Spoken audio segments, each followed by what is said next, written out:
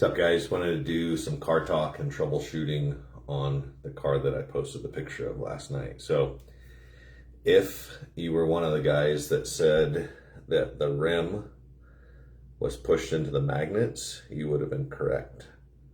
So that is the problem with this thing, and that happens when crashes happen.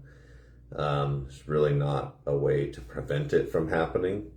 Sometimes, if the rims fit loose, then it obviously happens easier than it does if they don't. But this is why anytime you crash, if you notice anything different about how the car runs, sounds, handles, immediately stop it and look at it. I mean, this thing, from first glance, like, it still turns over, all of that stuff, but you can see the armature, big time discoloration.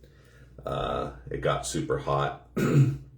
And the customer at least knew to stop and say, hey, I crashed, something happened to the car, I don't know what it was, but it still ran for quite a while in order to get that hot. Like, that's probably 10, 15 laps. So, but I have checked the motor. Everything's still good because it is a race spec motor, which is all epoxied and it's super high temp.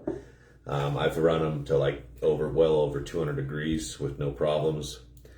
But what we're gonna do here, we're gonna pull this rim back so that there has space there, and I'm gonna make sure that everything feels good. And it's also, I'm gonna double check too what the width is. So it's at 1.307, which is pretty close. 1 inch 312 is kind of what industry standard has been. That's typically been like what most of the race stuff is set at.